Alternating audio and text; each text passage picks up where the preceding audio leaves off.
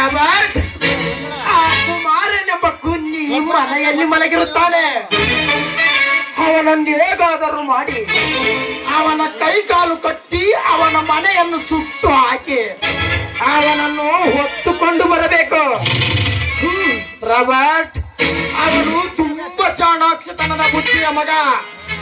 ಅವನನ್ನು ಮೋಸದಿಂದ ಬಂಧಿಸಿ ತಂದು ಕೊಟ್ಟರೆ ಸಾಕು, ಸಾಯುವವರೆಗೂ ಈ ಗೌಡನ ಗುಡುಗು ಕೇಳಿದರೆ ನಡಿಗೆ ಸತ್ತಿರಬೇಕು ಆ ಬಡಗಿಗೆ. ನಿಮ್ಮ ಮಾತಿನಂತೆ ಆ ಕುಮಾರನ ದೇಹವನ್ನು ತಂದು ನಿಮ್ಮ ಮುಂದೆ ಚೆಲ್ಲುವುದೊಂದೇ ನನ್ನ ಕೆಲಸ. ಬರುತ್ತೇನೆ.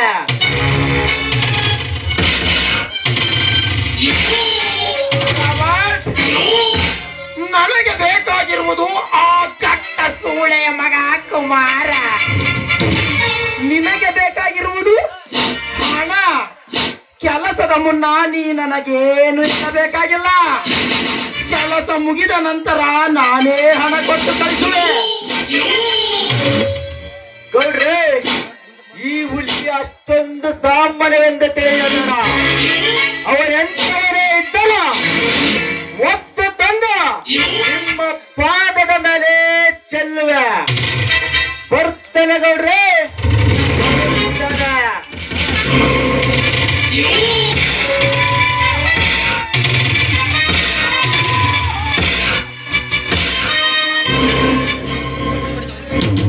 ದೀಪಾ, ದೀಪಾ,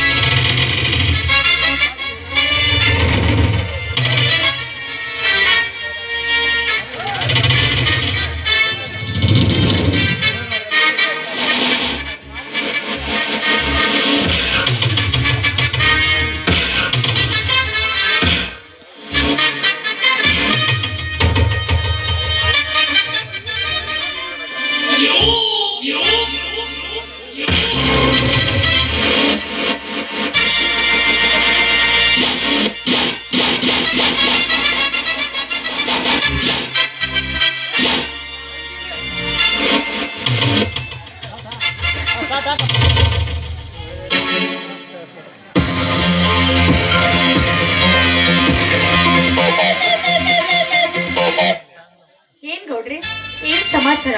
ಒಬ್ರೇ ಕಳ್ತು ವಿಶೇಷವಾಗಿ ಡ್ರಿಂಕ್ಸ್ ಮಾಡ್ತಾ ಇದ್ದೀರಾ? ಸ್ವಲ್ಪ ತಾಳು, ಆಮೇಲೆ ನಿನಗೆ ಎಲ್ಲ ಗೊತ್ತಾಗುತ್ತೆ.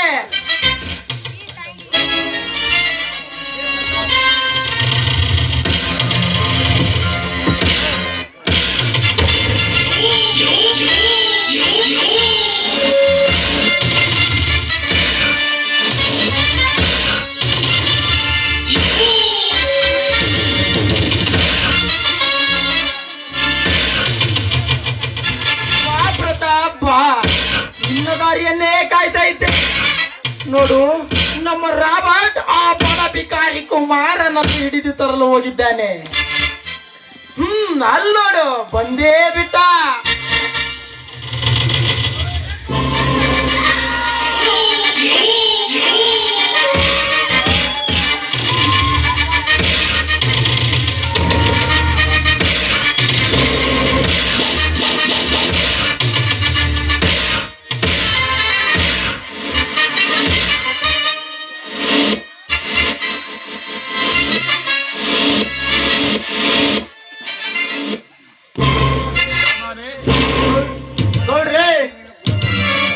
ಮಗ ತಪ್ಪಿಸಿಕೊಳ್ಳೋಕೆ ಸದಾ ಪ್ರಯತ್ನ ಮಾಡಿದ, ಆದ್ರೂ ಬಿಡಲಿಲ್ಲ.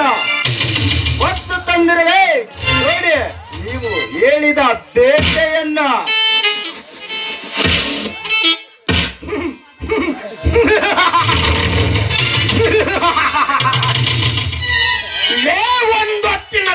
ತಾಯಿಗೂ ಗತಿ ಇಲ್ಲದ ಕಟ್ಟೆಯ ಮಗನೇ, ಈಗ ನೀನೆಲ್ಲಿರುವಿ ಗೊತ್ತೇ?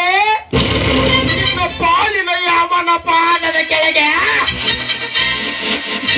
ನೀನು ಬದುಕುಳಿಯಲು ಸಾಧ್ಯವೇ ಇಲ್ಲ. ಈ ನನ್ನ ಚಾಟಿಯಿಂದ ನಿನ್ನ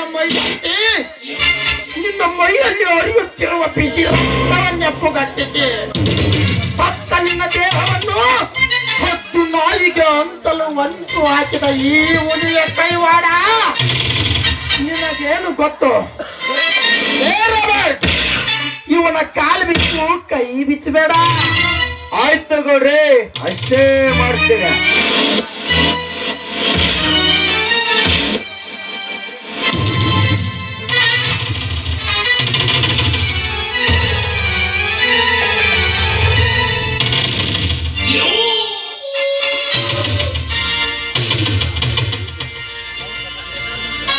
ಲೇ ಕುಮಾರ, ದಟ್ಟವಾದ ಅರಣ್ಯದಲ್ಲಿರುವ ಹುಲಿಗೂ ಹೊರಗು ಚಪ್ಪರದಲ್ಲಿರುವ ನಿನ್ನಂತ ಇಲಿಗೂ ಇರುವ ವ್ಯತ್ಯಾಸ ಅಜಗಜಾಂತರ ವ್ಯತ್ಯಾಸ. ನಾನು ಹುಲಿ ಎಂಬುದು ಗೊತ್ತಿತ್ತು ನನ್ನ ಕಣ್ಣೆದುರಿಗೆ ನನ್ನ ತಂಗಿಗೆ ಮುತ್ತು ಕೊಟ್ಟಿದ್ದೀಯಲ್ಲ. ಈಗ ನಾನೇನು ಮಾಡ್ತೀನಿ ಅನ್ನೋದು ನಿನಗೆ ಗೊತ್ತೇ? ಮಾಡುವುದಂತೂ ಖಂಡಿತ, ಬಟ್ ಇದುವರೆಗೂ ಯಾರು ಯಾರಿಗೆ ಮಾಡಿರಬಾರದು ಅಂತ ಶಿಕ್ಷೆಯನ್ನೇ ಕೊಡಬೇಕು.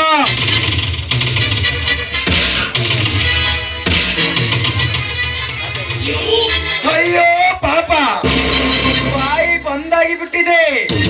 ಹೇಗೆ ಮಾತನಾಡಬೇಕು? ಮಕ ಏನ್ ನೋಡ್ತೀಯೋ ಮುಟ್ಟಾಡ. ಲೇ ಬದ್ಮಾಶ್, ಬಾಯಿ ಬಿಡಲೇ, ಬಾಯಿ ಬಿಡು. ಏಕೆ? ನಿನ್ನ ಶಕ್ತಿ ಸತ್ತು ಹೋಗಿದೆಯಾ? ಪ್ರತಾಪ್, ಇವನು ಹಾಗೆ ಬಾಯಿ ಬಿಡುವುದಿಲ್ಲ. ಮೊದಲು ಎಣ್ಣೆ ಎತ್ತೋಣ, ನಂತರ ಇವನನ್ನು ನೋಡಿಕೊಂಡ್ರಾಯ್ತು. ರಜನಿ, ನೀನು ಶುರು ಮಾಡು.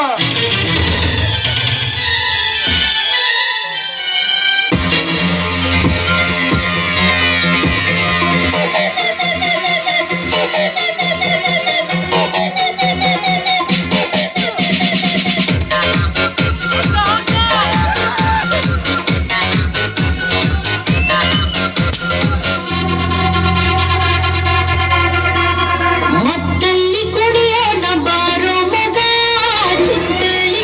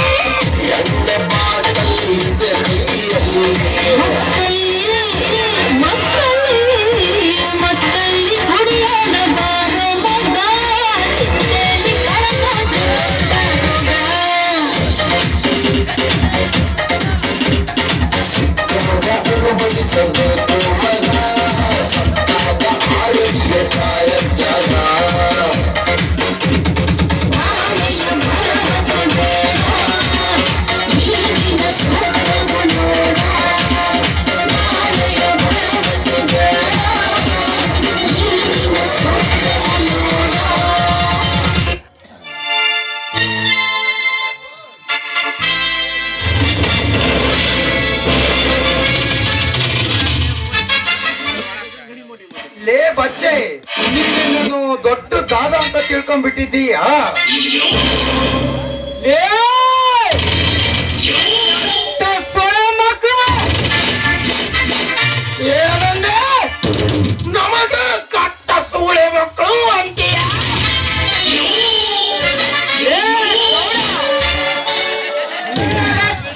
ನಿನಗಷ್ಟೇ ಕಡೆ ನಿಮ್ಮಪ್ಪನಿಗೆ ಮಾತಾಡ್ತಾರೆ ಈ ಕುಮಾರ. ಎಷ್ಟೊಂದು ಸೊಕ್ಕಲೇ ಪಡಬಿಕಾರಿ ನನ್ನ ಮಗನೇ. ಎಲ್ಲಿದೆ ನಿನ್ನ ಶಕ್ತಿ? ಬಾಯ್ ಬಿಡಲೇ. ಏ ಗೌಡ, ನಿಮ್ಮಂತ ಸಾವಿರಾರು ಸೊಳ್ಳೆ ಮಕ್ಕಳನ್ನು ಸುಡುವ ಶಕ್ತಿ ಈ ಕುಮಾರನಲ್ಲಿದೆ. ಸಾವಿರಾರು ಮಂದಿಗೆ ಸುಡುವೆ ಕತ್ತೆ. ಈಗ ನೀನು ನಮ್ಮ ಕೈಯಿಂದ ಬದುಕುಳಿದರೆ ತಾನೇ ಸುಡುವುದ.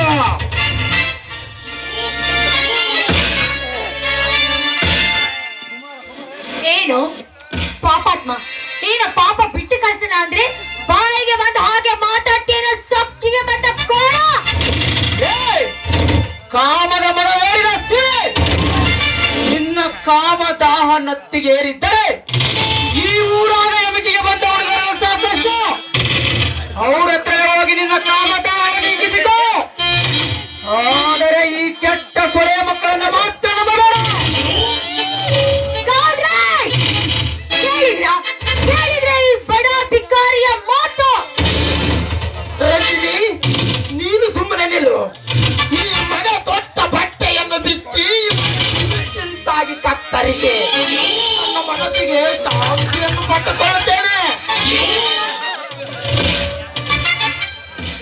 ಯಾಕಂದ್ರೆ ಯಾಕೆ ನಿಮ್ಗೆ ಸಿಟ್ಟು ಬರ್ತಾ ಇಲ್ವಾ?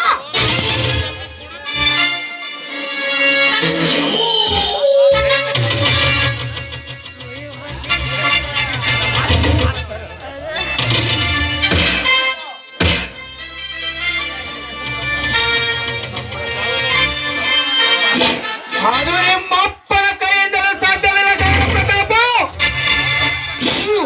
ಅಳುತ್ತ ಸುಳ್ಳು ಮಕ್ಕಳು. ನಿಮ್ಮ ಹಾಗೆ ಸೀರೆ ಉಟ್ಟ ಹೆಂಗಸರು ಸಹ ಮಾಡುವುದಿಲ್ಲ ಇಂಥ ಮೋಸದ ಕೆಲಸವು. ಸಾಧ್ಯವಿಲ್ಲ. ಹಾಗಾದರೆ ಸಾಯಲು ಸಿದ್ಧನಾಗು ಮಗನೇ.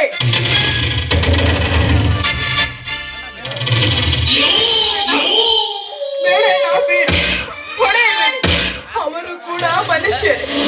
ಬೇಕಾದರೆ ನನ್ನನ್ನು ಹೊಡೆಯಿರಿ, ಅವರನ್ನು ಮಾತ್ರ ಹೊಡೆಯಬೇಡಿ. ನಿಮ್ಮ ಕಾಲಿಡಿದು ಬೇಡುತ್ತೇನೆ. ವಾರೇ ವಾ, ನೋಡಿದ್ರಲ್ಲ ಗೌಡ್ರೆ ಇವಳು.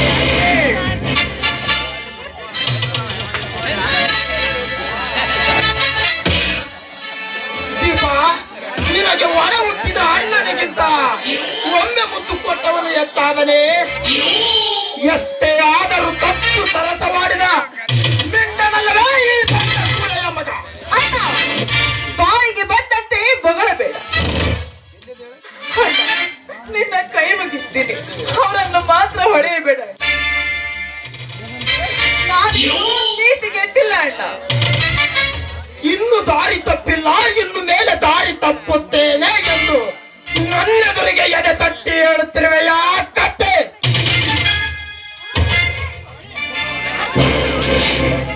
ಅಯ್ಯೋ ಪಾಪ, ಮದುವೆ ಮಾಡಬೇಕಂತ ಕುಮಾರ.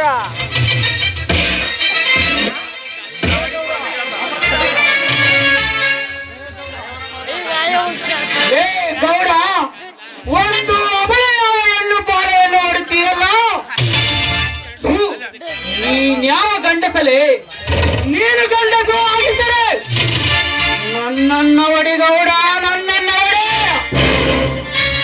ದೀಪ ಕರುಣೆ ಇಲ್ಲದ ಕಟುಕರ ಕಾಲಿಗೆ ಬಿದ್ದರೆ ಕರುಣೆ ತೋರುವರೆಂದು ತಿಳಿದಿರುವೆಯಾ? ಅದು ಎಂದಿಗೂ ಸಾಧ್ಯವಿಲ್ಲ. ಅಯ್ಯೋ ಪಾಪ, ಅವನಿಗೆ ಹೊಡಿದರೆ ಇವನಿಗೆ ತ್ರಾಸ ಆಗ್ತಿದೆ, ಇವನಿಗೆ ಹೊಡಿದರೆ ಅವನಿಗೆ ತ್ರಾಸ ಆಗ್ತಿದೆ. ನನಗಂತೂ ನೋಡಿದರೆ ಇವರಿಬ್ಬರು ರೋಮಿಯೋ ಜೂಲಿಯಟ್ ತರ ಕಾಣ್ತಾ ಇದ್ದಾರೆ.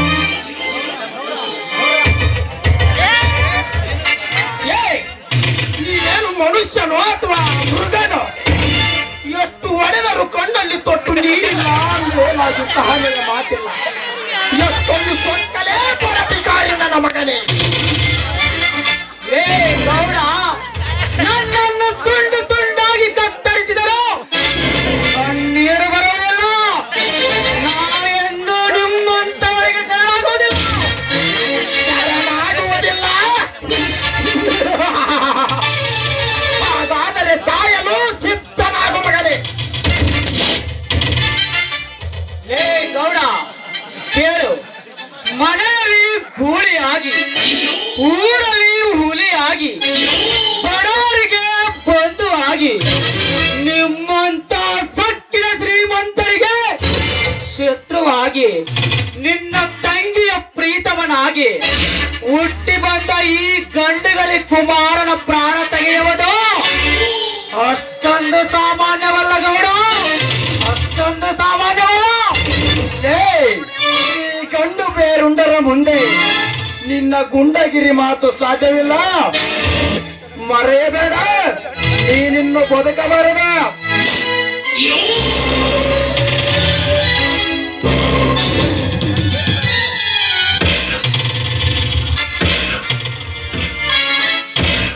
ಅಲ್ಲ, ಪಾಪಣ್ಣನ ಮಗ ಅಂತ ಹೇಳ್ತಾನೆ.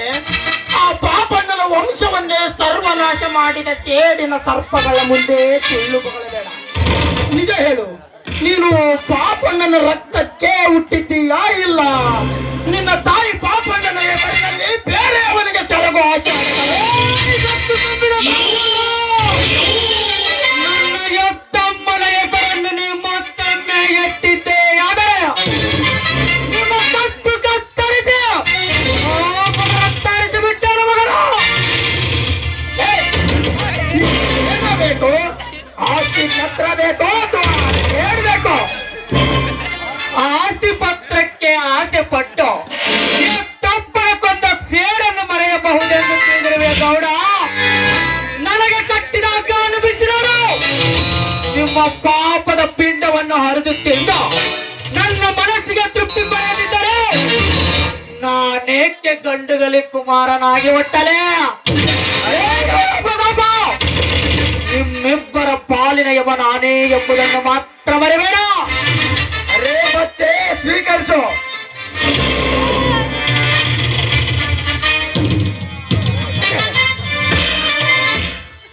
ಏ ಗೌಡ ಪ್ರತಾಪ, ನಿಮ್ಮನ್ನು ತುಂಡು ತುಂಡಾಗಿ ಕತ್ತರಿಸಿ ಈ ನಿಮ್ಮ ಮೋಸದ ಸೇಡಿಗೆ ಈ ಹುಲಿ ಮುಂದೆ ಗರ್ಜಿಸದೇ ಬಿಡ. ಅದು ನೀನು ಬದುಕಿದ್ದರೆ ಮಾತ್ರ ಸಾಧ್ಯ. ಸ್ವೀಕರಿಸು ಮಗನೇ. ನಿನಗೆ ಗೊತ್ತಾಯ್ತೆ ಬಚ್ಚೆ, ಯಾರ ಪಾಲಿನ ಯಮ ಯಾರಂದು? ಏ ರಾಬರ್ಟ್, ಅವನನ್ನು ತಗೊಂಡು ಹೋಗಿ ಯಾವುದಾದ್ರೂ ಒಳೆಗೋ ಹಳ್ಳಕ್ಕೋ ಬಿಸಾಕಿ ಬಾ. ಆಯ್ತು ಗೆಳೆಯ, ಅಷ್ಟೇ ಮಾಡ್ತೇನೆ. ನೀನು ಸತ್ತು ಬಿಟ್ಟನೆ. ಇಲ್ಲ, ಪ್ರಾಣ ಬಿಟ್ಟನ. ನಡಿ ಒಳಗೆ.